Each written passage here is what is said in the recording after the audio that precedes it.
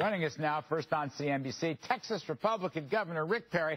As always, Governor Perry, it's great to see you. Thanks for coming back on. Thank you, Larry. Good to be with you. Thank you. I want to talk about all the Texas economy and your new group and so forth. But first, let me just get your informed opinion. If you were in Washington, D.C. now, what would you advise the Republicans to do this weekend? Yeah, a week ago, I still held out hope that Washington had just a modicum of common sense and that they would come together, they would talk about the issues. When you have the unions that are so vocally against Obamacare, when you have the private sector understanding that this is nowhere near what the bill of goods that they were sold, so to speak, that the Democrats might see that, we need to sit down and fix this.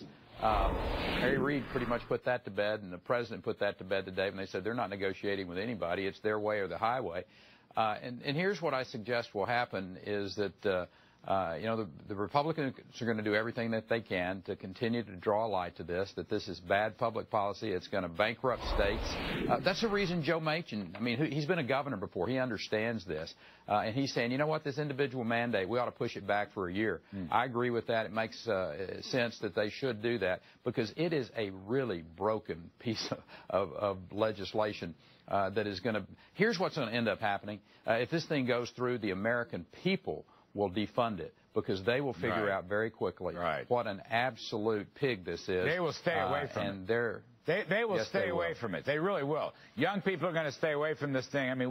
We've been having segments on this show many times, but they're going to stay away with it. All right, so you think, just to close this down, I want your new committee, but you think basically Boehner should have a counteroffer, and more than likely that ought to be a year's delay for the individual mandate.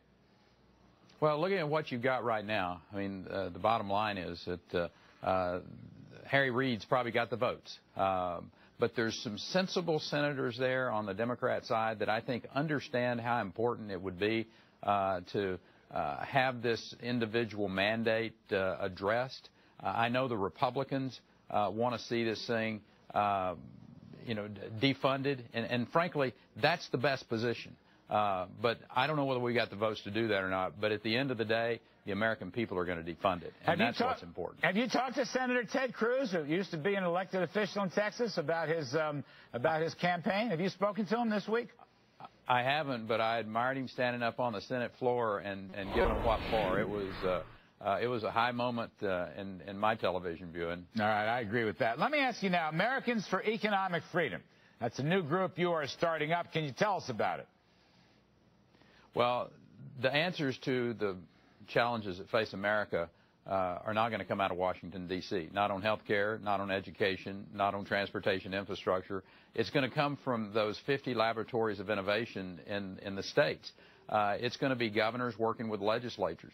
And Americans for Economic Freedom is they were put together, and I wanted to participate with them because I believe in their vision. I believe that blue state versus red state policies need to be talked about across this country. And then the states compete against each other. That's the beauty of our 50 states out there. Some of them, those policies will work well, as the tax and regulatory and legal policies in Texas do. And there will be some disasters like California or Illinois or New York, states that are losing massive amounts of wealth to other states because they're overtaxing, overregulating. But that's the beauty of this. People will figure out where they want to live, policies that they want to live under.